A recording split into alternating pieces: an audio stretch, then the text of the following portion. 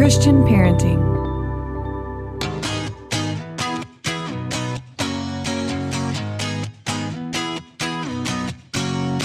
I'm Julie Lyles Carr. You're listening to the AllMomDoes podcast, part of the Christian Parenting Podcast Network. Today on the AllMomDoes podcast, Becky Thompson is going to be talking to us about something that for so many of us is just a near and dear sensation, something that we've all experienced at one level or another, some of us in greater high contrast than some. I speak, of course, about anxiety. Becky, thanks so much for being on the podcast today. Oh my goodness. Thank you so much for having me on. I'm excited to talk about this. It's so important. Now, you are a very popular blogger and author. You have all kinds of great things out there, particularly in the mom space. So tell my listeners where you live, some of the projects you've been working on, your kids. Just give us a picture of where you're at in your life right now. Sure. So let's take a 30,000 foot view of what's gone on for the last few years. So I'm married to my husband, Jared. We've been married for almost 15 years now. We've got 3 kids. My kids aren't that old. So my oldest is almost 11. My youngest is 6. Boy, girl, boy. I run an online community for moms called Midnight Mom Devotional that I run with my own Momma. We have over 1 million praying moms over there nightly. And it's just been a joy to run that ministry with my mom, but to really impact and touch so many different women's lives across the globe now. Peace is my latest book. It addresses anxiety and hope and healing for the anxious mom's heart, but it's actually my 6th book, and I've been writing and releasing books for moms for about 5 years now. So it's been an exciting journey. It's not one that I would have thought that I was going to go, a path that I thought I was going to go down, but God is meeting me on this journey, and He's using my stories and the stories of so many different moms in different seasons and places to say, hey, we're not alone in this. And I think that's so important, especially in this season. So I live just outside of Nashville. I've kind of been a nomad the last few years, though. So originally from Oklahoma, moved to Los Angeles a couple years back, and now we live here in Tennessee. So we're just on a God adventure and meeting moms where they are along the way. Right. So you and I have a couple places in common, because my husband and I, after we first got married, lived in Oklahoma for a number of years, but I grew up outside of Los Angeles, and my dad was with the shuttle program, the space shuttle program. And so we followed his career, and for a period of time were located in a community that was within driving distance of Edwards Air Force Base, where the shuttle would land. So yeah, we've got some geography in common along with momhood and all the things. Now, what made you start thinking that you wanted to tackle the topic of anxiety? I know that we are looking at stats, and now, of course, we're recording this at a time where we are several months into the pandemic, and we are seeing people's anxiety levels spiking even more, researchers are telling us. But of course, you began the manuscript on this book months before any of that ever started. So while the topic is extremely timely, in the arc of how a book gets to publishing, it's usually about a 15 to 18 month process. So you're kind of prophetic in a sense, heading into these topics early on. What inspired you to really tackle this one? Well, even pre-pandemic, anxiety and motherhood was really coming to the forefront of my heart, and just something that I was seeing again and again in messages from moms across the country 3 or 4 years ago. Anxious moms, worried moms, so much more information today than we had even a generation ago, and so many different scenarios happening in our motherhood today than we would have been able to fathom even in our parents' generation. And so moms are nervous, moms are anxious, but specifically for me, anxiety is something that I have battled as a disease or disorder since I was a small child. And it's something that I wrestled through with my own faith. God, how can I feel afraid and still fully trust you? So many well-meaning pastors or teachers will tell us, things like, if you have fear, you can't hear God, or, so many quotes or little phrases that just go into an anxious mama's heart and somehow don't connect her to hope, but sort of disengage her from the truth and separate her from feeling heard or seen by God. And so for me, as I began to wrestle with God, what does this fear that I'm feeling say about my faith? I came to some really important biblical understanding that I knew I couldn't keep to myself, and I desperately wanted to share with other women. So when did you begin? You said as a child that you recognized or that you've wrestled with this since childhood. And I will tell you, and I cover it in one of my books, one of my children, all just from the womb forward, had a more anxious nature. He just did. And we still see it today. And the pandemic's been hard on him because he does traffic in anxiety at a higher level than a lot of people. When did you know as a kid, okay, wait a minute, like I really am wrestling this at maybe a different level than some people around me? I don't think we had the language for anxiety when I was young. We didn't call it anxiety. Right. I just had a lot of the behaviors of an anxious child.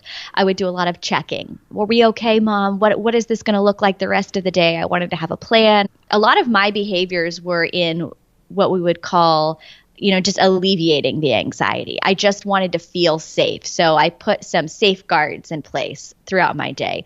Mom, what time are you going to be there to pick me up? Are you going to be first in line to pick me up at school? Are you going to be at the end of the line? Where can I expect to see your car in the car rider pickup line? And so these are just small things that a child who isn't struggling might not think about. But for me, I had a lot of coping behaviors from a really early age. But it wasn't until I was maybe a teen or a young adult that I started to say, those things that were different about me are more than just being a nervous kid or being a timid kid or being a hypervigilant kid. These are things that are deeper or bigger or might need a medical diagnosis or additional help and treatment. I am grateful for my own kids, though, that we are beginning to look at anxiety and attaching that word, because there's nothing wrong with that word. There's nothing wrong with that diagnosis, even if it's not a diagnosis because of a medical condition, it's just a diagnosis because of a trauma or something along those lines. Having that word that we can give language to and then build treatment for our kids is so important. So for me, very young age, but it wasn't until I was a young adult that I began to say, okay, this is more than what my friends are dealing with. How was it for your parents? Because, in addition to having women out there who are going to very much resonate with the struggle that you've had with anxiety as an adult and as a mom and all the places that we can feel anxiety as a mom, if you're a mom of a child who does seem very anxious, that can be very discombobulating because you're wanting to create an environment that feels safe. It can be difficult to understand why your child is engaging in some of these coping behaviors, always wanting to know what's the next thing, what can I expect, what can I plan for. So how did your mom view her motherhood of you through that season? Because you're right, we haven't had a lot of vocabulary and training around this when it comes to kids and helping them monitor and recognize and give voice to their own emotions and internal dialogue. Sure. So it helps that my mom had her own anxiety issues as well. And so for her, it's just another generation of a little girl looking to her mom to say, am I okay? And, it was something that her mom had done for her and her mom had done for her. And it's something that I still do for my daughter. I say, you're okay every time she needs to hear it. And there's no faulting our kids for needing to hear it. And I think as we look at parenting in 2020, I can't speak for my mom, but I can speak for myself as the mother of an anxious child, is to say, I don't fault my kids for needing additional reassurance. And I can't lose grace for that. There's a lot of things that we can kind of lose our patience about right now. If moms need anything right now, they need peace, but then right up there at the top is they need patience. Because there's so many other things happening that are stealing our patience. Our kids are with us more.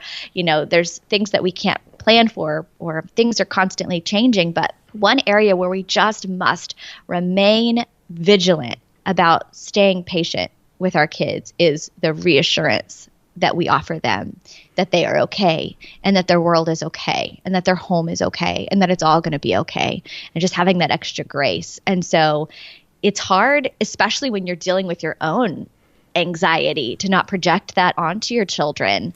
But that's where I think having biblical truth and scriptural foundation, but then also an understanding of what anxiety is doing to you physically and chemically and emotionally and relationally, and having a full picture of anxiety is just so, so important. So you gave us a great snapshot of the internal dialogue as a kid and all of the checking you were doing, the coping skills you were developing.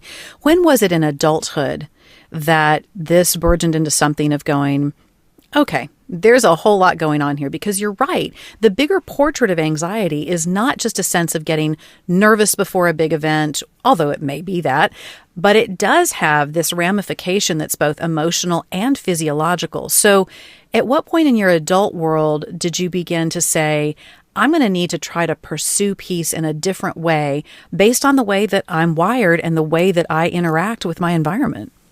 So as an adult, I feel like this really began for me after I had kids. And postpartum anxiety was something that I struggled with for all three of my kids. And while we talk often about postpartum depression, postpartum anxiety is almost just as common for moms. For myself and my own mental health, I began to say, okay, I grew up in the church. I know what the Bible says about faith and fear, but I also know that I'm doing all of the things that I've been reminded to do by pastors and teachers and my own understanding of who God is. I'm reading the Word. I'm reading the Word. I'm spending time in prayer. I'm trusting the Lord as, the best that I can, but I feel like there's something else going on here and I'm going to need additional support. And I think this is something that I write about in my book, but one of the loneliest places for women is the forest of fear, because rarely do we want to say that we're there while we're there. We hear stories about people who have been out, who went through a season of anxiety, or, oh, yeah, I struggled with that, but I'm all better now. And this is what we hear, when in reality, there are millions of women out here in this forest presently, and no one wants to say, I'm here now, so that we can look around and say, oh, I'm not the only one. Right. So for me, right after I began to have kids, the anxiety was, my base level anxiety jumped. And I started talking with my doctor about it, and my family about it, and my husband about it, and just saying, this is how I'm actually feeling, and then beginning the process of those discussions. Becky, I love that you bring up this place of postpartum anxiety. Yes, we do hear so much about postpartum depression, but it resonates deeply with me because I would go through a period of time after my babies were born, and I have 8 kids, so I've walked through this several times now, where everything felt very fragile, everything felt very ominous. My desire to protect them was beyond just your garden variety mama bear kind of experience. So what have you learned as you've really unpacked getting into the details of these things that women walk through, both with postpartum anxiety, but also with the convergence of our natural hormone cycles and all of the things? Do you tend to find that women are the ones who deal with anxiety the most? Do men deal with it differently? What happens in all of that? Because we do ride such a hormonal wave through our childbearing years when it comes to these things. I really can't speak into what happens in a man's body, but I can tell you exactly what happens in a woman's body, and that is what you've already touched on. It's that our hormones change, the processes within our bodies change, and this is why often one of the first people that really hear about our struggles with anxiety after having a baby is your midwife or your OBGYN, when they have those conversations with you after you have your baby and they say, how are you feeling? And I think there are a lot of women that are nervous because, first of all, they struggle with anxiety, but they're hesitant to say, I need help, because they wonder what the doctor's going to think about them, or the midwife's going to think about them, or their family or friends are going to think about them and their ability to mother. But the thing that I tell women again and again is your vocalization that you need help proves that you are emotionally strong. It's not that you're strong because you can do it on your own. You're strong because you're recognizing and vocalizing that you need help or support in some way, no matter what that looks like for you. And the most important step you can take is the one right in front of you. And so for a lot of us, that means talking to a doctor. A lot of us, that means talking to a friend. A lot of us, that just means admitting to yourself that you are struggling with something bigger than you can handle in your own capacity. That's a beautiful distinction about what courage really is in the face of circumstances like this. So talk to us about how these types of symptoms with anxiety, how we can recognize a physical response. Some of us may feel attuned to that sense of I'm restless, or I feel like I can't get it all done, or I feel this heightened sense of pressure or stress. But oftentimes we can ignore, or we're not informed about, physical symptoms of anxiety. So what do physical symptoms look like? So for me and a lot of other mamas I know, we might hold your breath. You might kind of tense up in your shoulders or your neck and literally begin to feel a tension that attaches to the back of your neck and shoulders, just this tightness because you can't relax and breathe deeply and let that sort of anxiety flow through you rather than holding it all in. Headaches are common. Sleeplessness is common. Avoidance is actually a behavior that's common with anxiety, and it's not something that's talked about very often. It's not a physical response in that your breathing is shallow or you've got the tension headaches or anything like that, but it's still a symptom of a response where your body is trying to avoid what would trigger the anxiety. So we sort of withdraw or we go back into I just can't face it. For me, if the dishes start to pile up, and this is different than a mama, so let me finish this thought, but if the dishes start to pile up, not because I don't have time, but because emotionally I just can't face it, or if the clothing that I need to fold and put away starts to pile up, not because I have 5 people living in this house, 3 kids and 2 adults, but because I just emotionally can't look at that pile that's overwhelming. Or if the calls go unanswered or the text messages go unresponded to, or the things in my life that should be very simple suddenly become very, very hard, those are some signs that you might just need to address what's actually going on deep inside your heart. So, there's lots of ways that anxiety shows up. And I make this really clear in all of my books, but I'll remind your listeners here, I'm not a medical professional. I'm just a mom who's dealt with this myself for most of my life. And I know how this manifests for me and how it manifests for so many. The best way that you can begin to address what's happening inside of you, though, is to talk with someone who can say, are you dealing with this or this or this or this? So I'm sure I'm going to have listeners who are saying, wow, this is resonating really deeply. This is me. These are things that I've been doing. These are places that I have felt really anxious and stressed, or these are physical symptoms that I do seem to manifest in certain circumstances. What are some of the early first steps? Now, you've referenced getting out there and talking, using your voice to talk through it. But when we talk about trying to come back into a place of peace, what does that process look like? It sounds like to me one of the first places is, of course, acknowledging that you're dealing with anxiety and calling it what it is. And secondly, not only that, but making sure we're voicing that when we're in the midst of it. Not feeling like we can only talk about it when we're to the other side.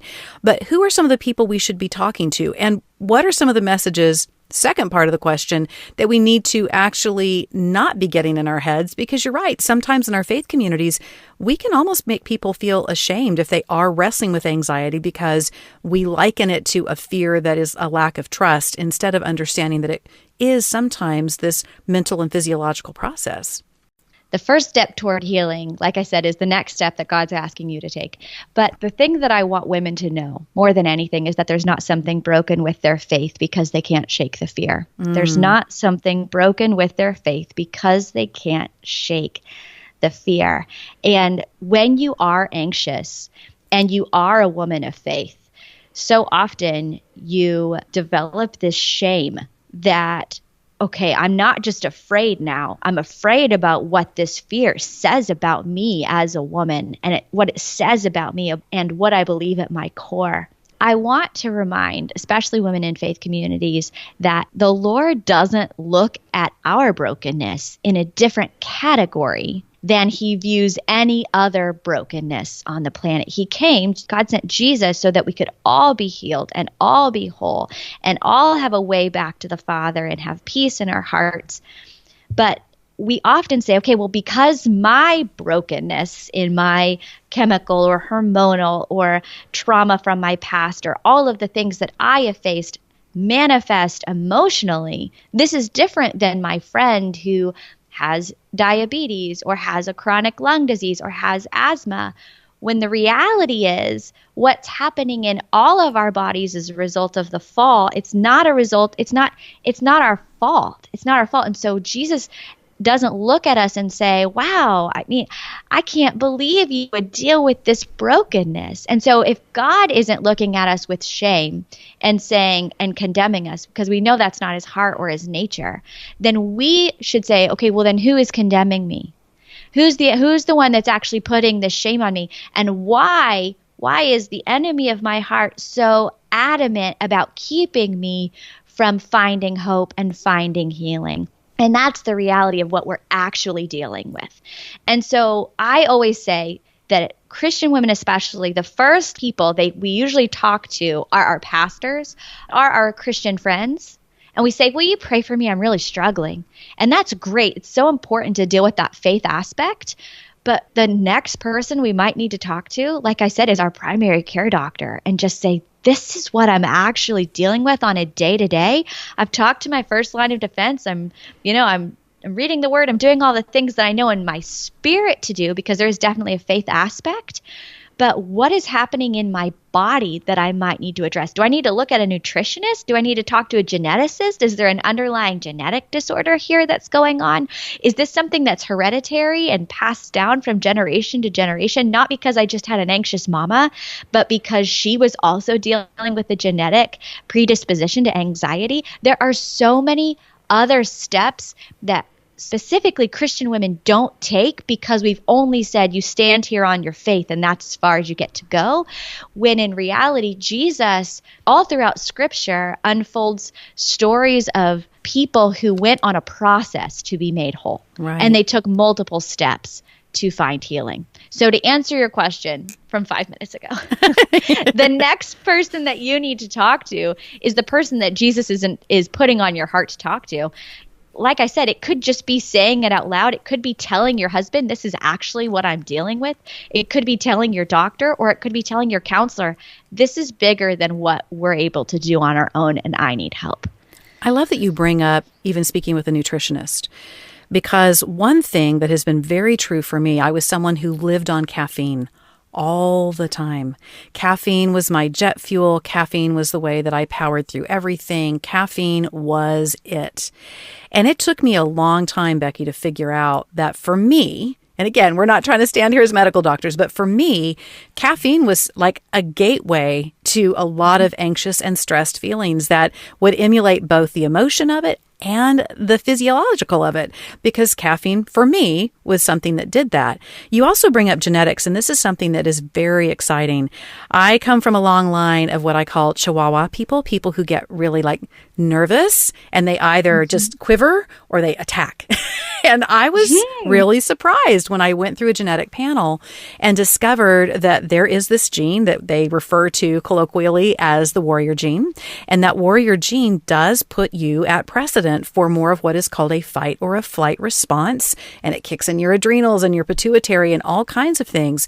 So this distinguishment that I love you're making to understand that there are just things biochemically that can happen. And it doesn't mean it's a hopeless scenario and there aren't things that you can't do in the spiritual, because there are. But to give yourself a break on some of this, because the wiring and sometimes the different things that we're using to try to cope, like caffeine, can also really play in. Now, when we use the word peace, which is the whole goal, right, of the writing you've been doing for women, helping women really pursue peace in a healthy way. But peace is one of those words that can have a whole lot of connotation for people. So how do you define peace as you are writing about the pursuit of it in this latest book? Absolutely. Well, I remind my friends that peace isn't just a feeling, peace is a person. So peace is the person of Jesus Christ and his constant presence and his guidance. So I love when I feel like everything's okay. I love when I feel like what I know in my spirit is true and is manifesting around me, that God is on the throne, that everything's going to be all right. I love it when my body knows what my spirit already knows is true. That, to me, is a wonderful picture of peace. But I would like to expand peace for some of our friends and say, you can actually have peace in confidence, knowing that God is with you even when your emotions are spinning out, even when you're being a Chihuahua warrior and you're shaking and you're nervous. You can have peace in the middle of the forest of fear, because it's not the absence of the forest that makes you found. It's the presence of the guide that makes you found. So that's what I want women to begin to see. I can feel afraid and my body can be reacting and I can be spiraling out in an anxious tailspin, which is not the goal. Obviously, the goal is to have, coping things in place that we can stop those worry wheels.